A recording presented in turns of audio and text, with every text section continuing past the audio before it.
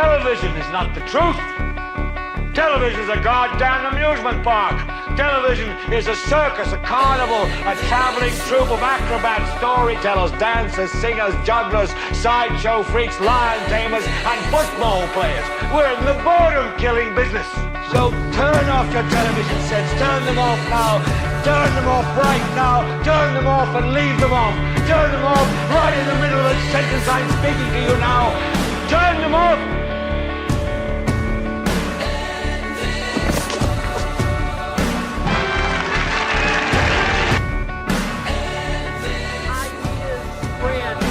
Stop them. An idea whose time has come cannot be stopped by any army.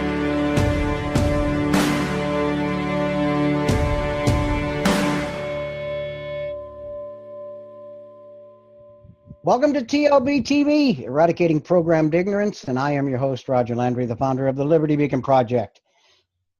Lately, Rebecca, you and I have had such a pleasure introducing so many new people to the TLBTV family, and it's phenomenal. Today we're going to step it up another notch. Yeah. Today we're going to introduce somebody to the TLB family that I personally find to be one of the icons of the alt media. Whether we're talking about flying saucers, whether we're talking about ancient humanity, or we're talking about political tyranny, this guy's on the forefront with that baritone voice that is absolutely probably the best voice in radio today. But now you're going to see his face every week along with his guests. And gee, we're sporting almost the same wardrobe here. But anyway. Yes, definitely. It looks like. Let me get just a little bit more out here, okay? When you talk about people who have done radio, we're talking about a gentleman who has been doing radio probably since most of you listening to this show have been watching radio. When we're talking about a person who is doing radio, we're talking about a person who has appeared on TV shows, a person who has appeared on multiple high-profile TV shows, radio shows, and I think you even did a stint in a movie at one point. Yeah, I was the Toxic Avenger. I did the voice for the Toxic Avenger, and I was in the movie Nightfall. I played what can be called the stupidest vampire that ever existed, I guess. And so for anybody who doesn't, what's that, Rebecca? He also appeared in Showtime with Penn and Teller. Yes, I did. As a matter of fact, I appeared with them. It was funny because they were there to try and skewer me, and they really couldn't. I was kind of like the ringmaster, and then at the end says, "We'll have the last word here." And I'm like going, "Okay, whatever." It was an interesting experience. Well, with those two, anything. But you know what's it's even more incredible because with the type of voice that he has in parapolitical and paranormal, he's also been on TV programs such as Sightings, Return to the Bermuda Triangle that was on the Discovery Channel. Let's see. And he's been in UFO magazines. He's been on Sightings. Many people will know Sightings as well. Yes, that was a long time ago. But yeah. Hold on a second, because for anybody who doesn't know, we haven't said who you are yet. This is exactly Master of Entertainment Radio. This is Mr. Clyde Lewis. Yes, that's me. Wow. Now, I've done several stints on your show, and they have been absolutely enjoyable. You are a phenomenal host, a highly intelligent individual, and somebody who obviously does his research because it's really, really hard to make you look stupid. Actually, I don't think I've heard that happen yet. Well, I think it can happen eventually. Many of my listeners are very smart. Many of my audience, I really do think that I have the smartest audience in radio because we have discussions that I don't think anybody else could even try to have on the radio. And we always have a unique perspective, and that's what I'm proud of. We have a crew, Ron Patton, of course, who's a publisher. Ron's phenomenal. Yes, he is. He's been a publisher, and he has a lot of connections with these authors and writers who have, in my opinion, they're the new breed.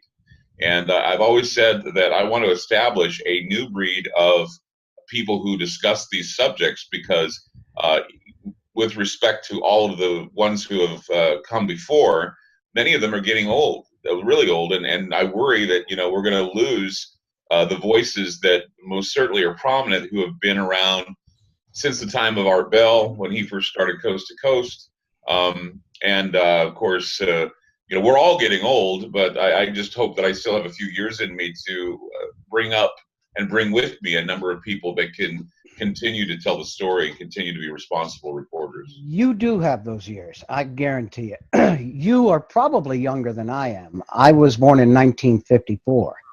And I got to tell you something, there's 20, 30, 40 years ahead of me. And I have no doubt about that. But for everybody watching here, I'm going to make an announcement. Yes. Mr. Clyde Lewis has consented to doing a TLBTV show. And for right now, we're going to call it TLBTV with Clyde Lewis.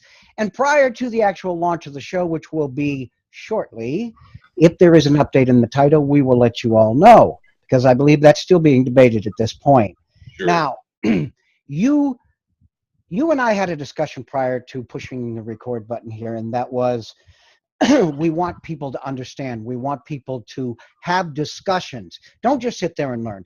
Be a part of it. If you know something, it doesn't matter. You and I, Clyde, we do massive amounts of research. I've written over 1,000 articles. I've done I don't know how many shows, but we don't know everything. We might know more than the average bear, but we don't know everything. And if you're sitting there saying, but you're not willing to interject that into the conversation, we all lose.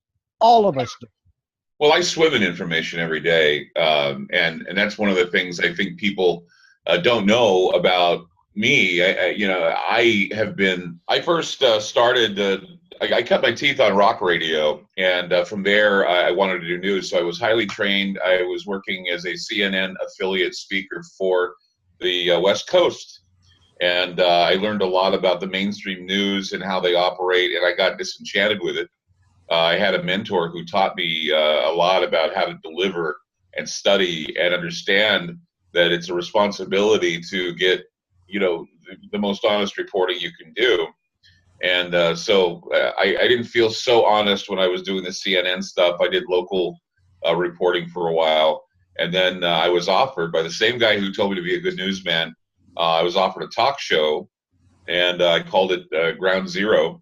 And wouldn't you know it, 2 weeks later, we had the Oklahoma City bombing, and they called it Ground Zero. And everybody was like going, we don't know if you should keep this name. And I said, oh, wow. Well, it's the name, meaning basically where the bomb goes off or where everything is cleared out and they start over is Ground Zero. Ground Zero is we've reached Ground Zero. We've reached that point where the discussion begins or the discussion ends. And that's what I thought was pretty profound in a way, the name we came up with. And then after I moved to Portland and I continued doing Ground Zero, 9/11 happened. They called that Ground Zero, and it stuck. And they were saying, well, we don't know if we want to. And I'm saying, yeah, okay, I'm going to call it Ground Zero. I'll do some local work.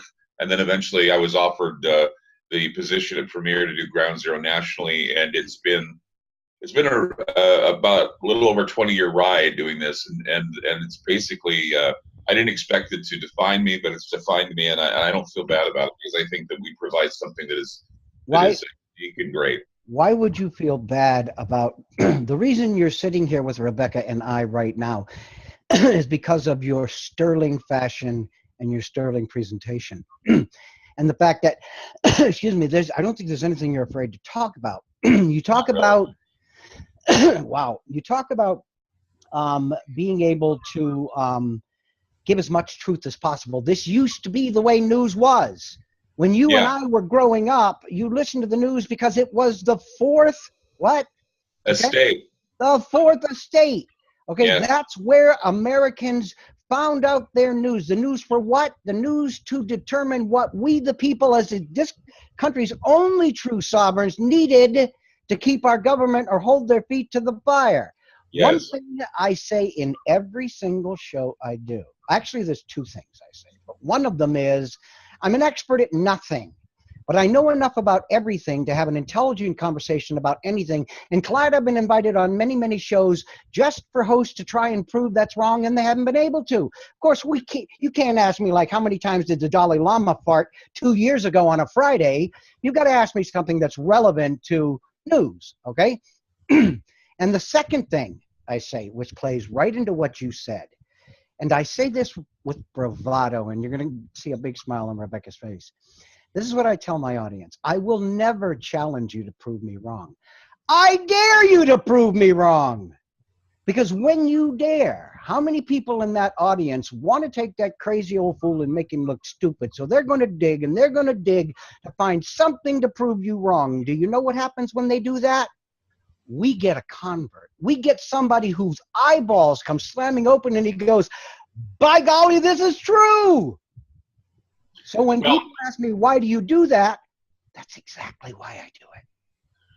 I always say, though, that people always say that they're awake, or I remember when I woke up and I'm thinking, well, let's say this. I hope that you woke up in a world that was objective and not a world that's fraught with left-right paradigm. And you know, I've always said it's not red state, it's not blue state, it's the state versus you. It's always been now we have the deep state versus you.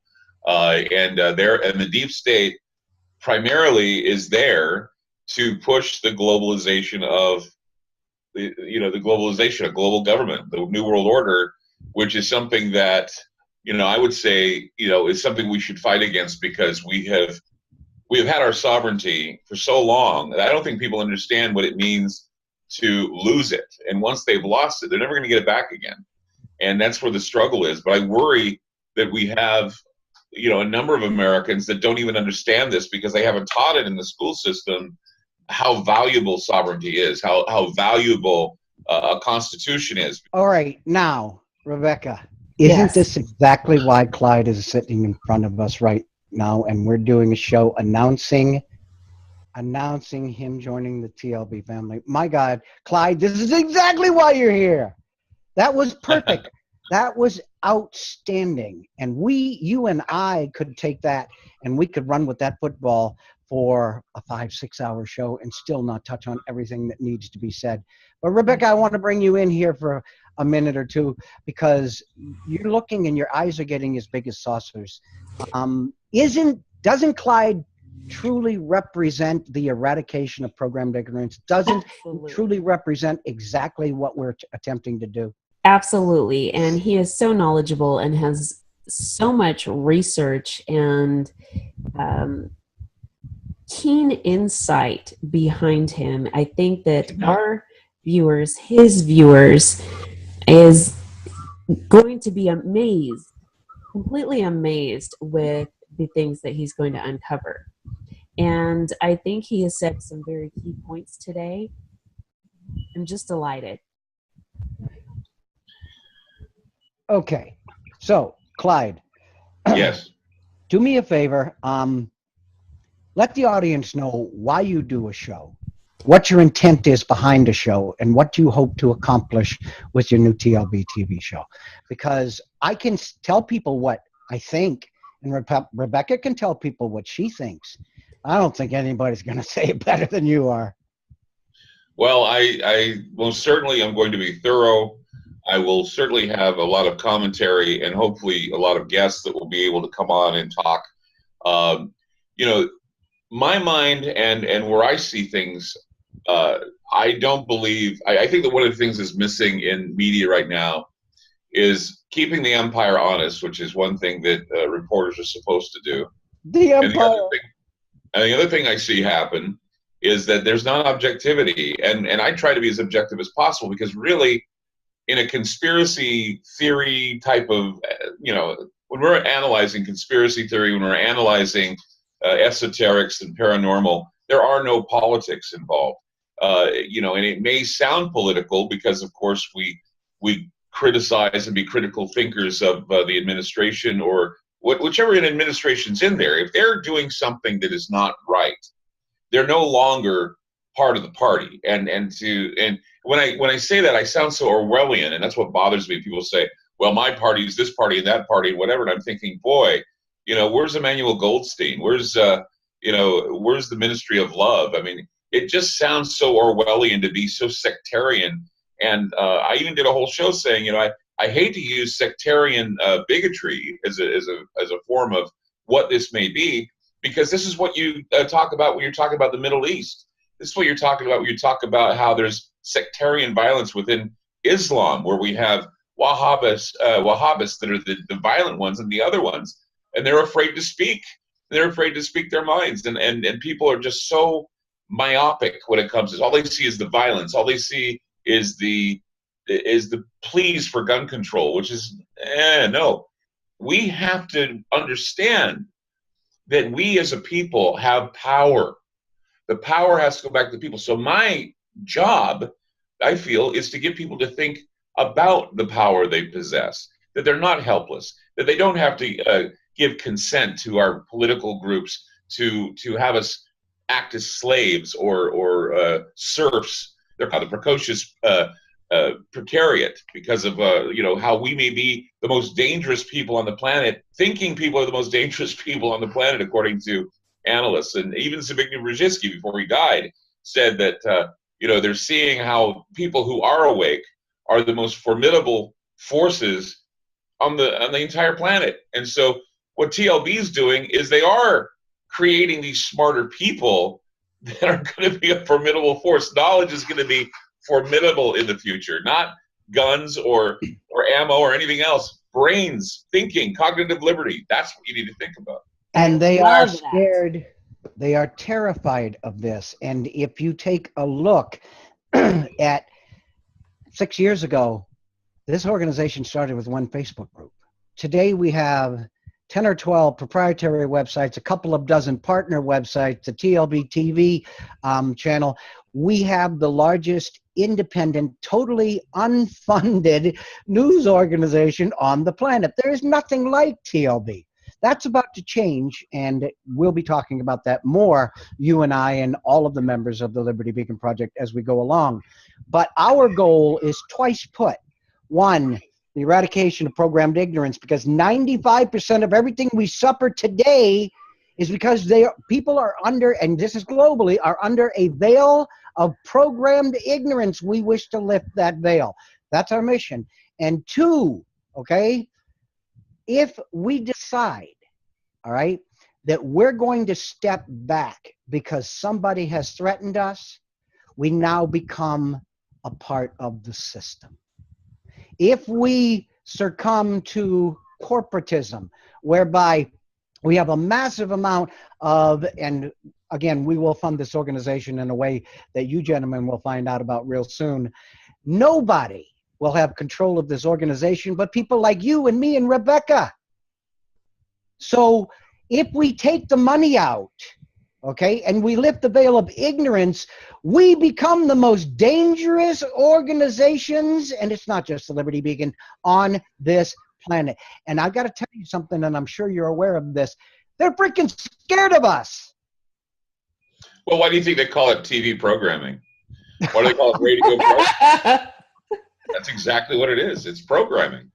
And you're trying to break the chain of agenda programming that is a part of the compartmentalized multimedia complex that is now being infiltrated by the intel ops. We have people like Anderson Cooper, who worked for the CIA, sitting there every night on CNN telling people what to think and giving them the agenda the CNN's giving them. We have plenty of people sitting behind those desks that are part of programs like Operation Mockingbird, where they actually say, and they come right out and say it. And Looking Glass. We have CIA agents in Hollywood. We have CIA agents, that sit at the desks of CNN and MSNBC and Fox, and these are being put there because they want to have parrots for the Pentagon. They want to have parrots for the intelligence ops. The whole United States is owned and operated by the CIA. And this is why I think there's turmoil within the government now, is because they put a guy in there that wasn't some CIA op. They will certainly want him to be one, and I'm sure that maybe sometimes he will knuckle under to this, but yes, it's always been intelligence ops that have run the government, and it continues. William Casey said in 1981 to a new president, "We will know that our program of disinformation has succeeded when everything the American people believe is false." You can't get more blatant than that, Clyde, but I want you to step in here, Rebecca, because you've got two people here, two type A personalities who really like to get their word out, and I think you're really getting pushed aside, and that's not like you. So say something, girl. Actually, 3 type A's here. So I was talking about male, but yeah, you're definitely not male. The alpha dogs, huh? Yeah. I think that, Clyde, what you've had to say is pretty profound. There's something that I really like that you've said, and that was cognitive liberty. I don't think that many of us think in terms of sort of living like a jail within our own head. That is you just said something very profound as well, a jail in your own mind. Philip K. Dick mentioned that at one time. He said that we allow this iron cage to be built, and we get out of it so we can get our superpowers back. Well, the superpowers are in the mind. Everything is in the mind, and that is why, I mean, if you've noticed lately, and you're seeing the technocracy, the experts that talk about everything from global warming to AI, what they want now is they want to find the thumbprint or the fingerprint of the brain so they know exactly where to tap into for things like neuro-linguistic programming and other things where people are just, you hear the trigger words or the magic words and immediately they stand at attention and go, oh yeah, I need to start thinking about that. Right. When in reality, I mean, they know exactly what magic words to use to get all of us to respond. It's almost as if for the longest time they have been programming us to be little Manchurian candidates, not necessarily to carry out some sort of an assassination, but to carry out and to continue to push agendas. And that is why we have things like the resistance now. We have Antifa. We have all these groups that have somehow been programmed and paid highly, by the way, in these cottage industries that breed victims. George Soros. All right, brothers, George Soros, all of them. They certainly know how to push their agendas.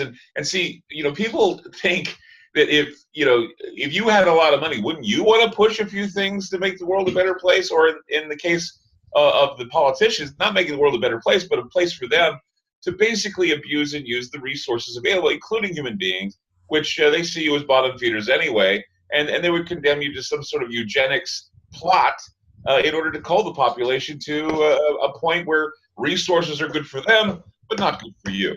Well, Clyde, my God.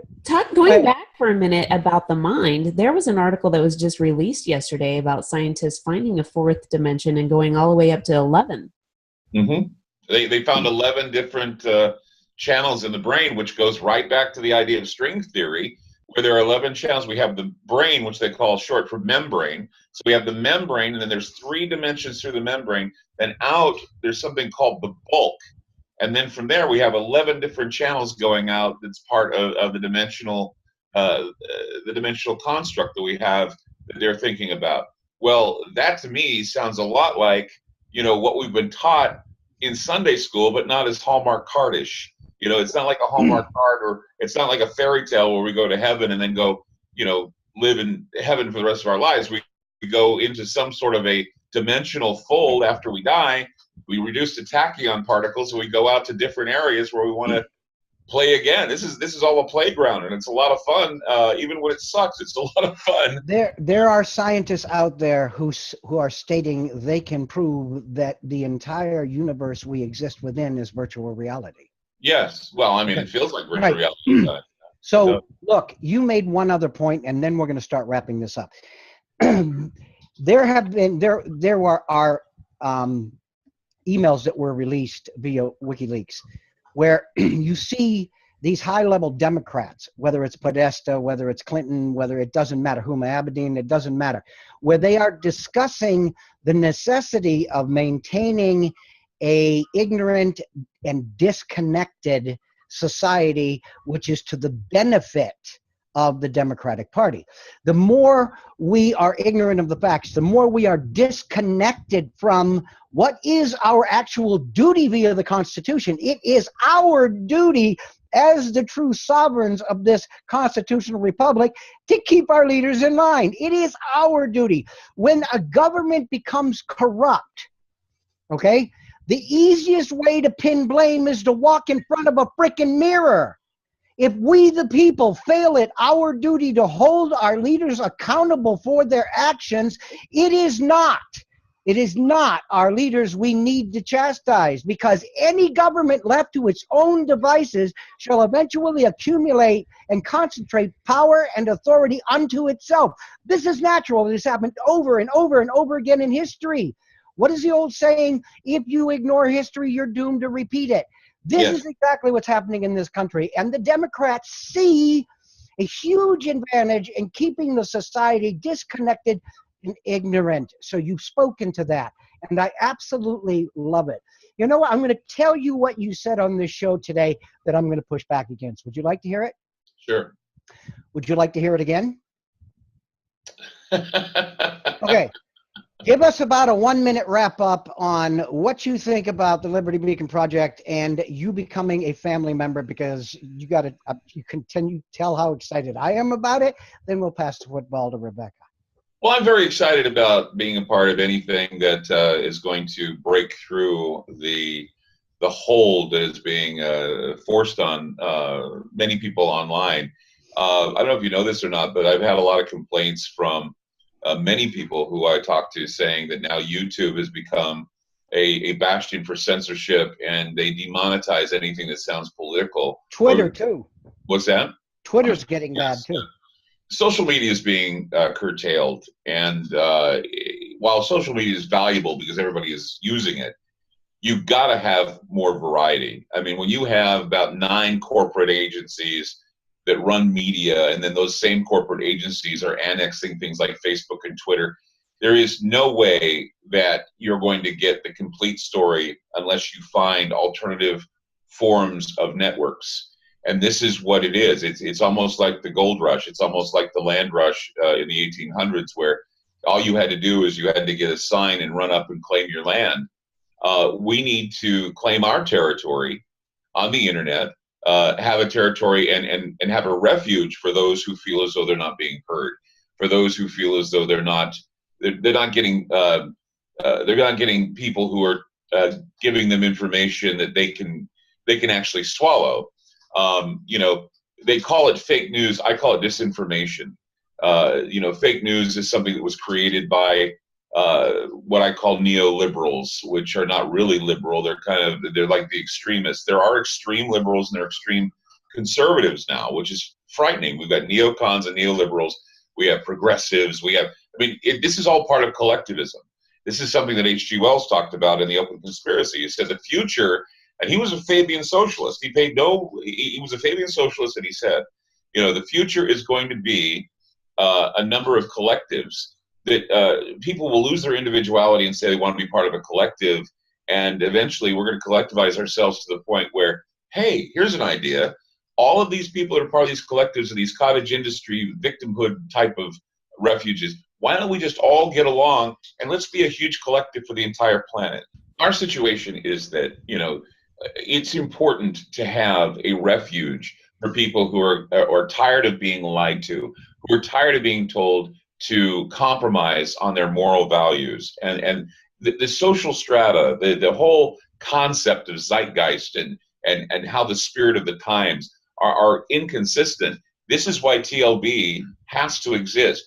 This is why I decided to be a part of it, because I'm thinking we need to have a consistent, cogent social strata where people can openly discuss these things without worrying about being criticized for any views, whether it be liberal or conservative. We need to eliminate the neoconservatives and the neoliberals, because going to those extremes leads you to fascism, and that's it. You give into the fascist state, the social state, the super state that they want to create. Rebecca, any closing words? Because boy, I'm going to take us out with a bang after listening to that. I think, you know, Clyde has really said everything that needs to be said. It's just very refreshing to hear that we have people who really do believe that their opinions should be their own. Can't hear you. We're not going to be herded into something. We have opinions, we have choices, we need to be able to make them, and to do so without violence But what he has said about how important it is for us to be able to be liberated mentally, I think that that's just absolutely huge. That says it all in a nutshell. Well, not only do I agree with both of you, but Clyde, it's Christmas at Roger's house today. And you're Santa Claus, okay? I really love your message. I always have. Two of my favorite shows that I've ever done, and I've done a lot of them, were on Clyde Lewis's show. And those were points where discussion was valued, where opinion was valued, even if it wasn't agreed with, and the discussion ensued whereby I could put my word forward, you could put your word forward, and you know something, the truth usually comes out when it's done that way, when you're allowed to converse, to discuss, when nothing is forced upon you, when somebody doesn't hand you a book and say, this is the standard, this is what you will believe. Those are the days that put us all where we are today. It's people like you and the Liberty Beacon Project that are breaking that mold. We are extremely proud to have you here, and we look forward to your first show. Rebecca, it's always a pleasure to have you as my co-host. This has been a phenomenal show. If I smile anymore, my face is going to crack. So I'm going to bring this to an end. To everybody watching, this has been TLBTV, Eradicating Programmed Ignorance, brought to you by the Liberty Beacon Project, and we wish you all a very pleasant day. Thank you.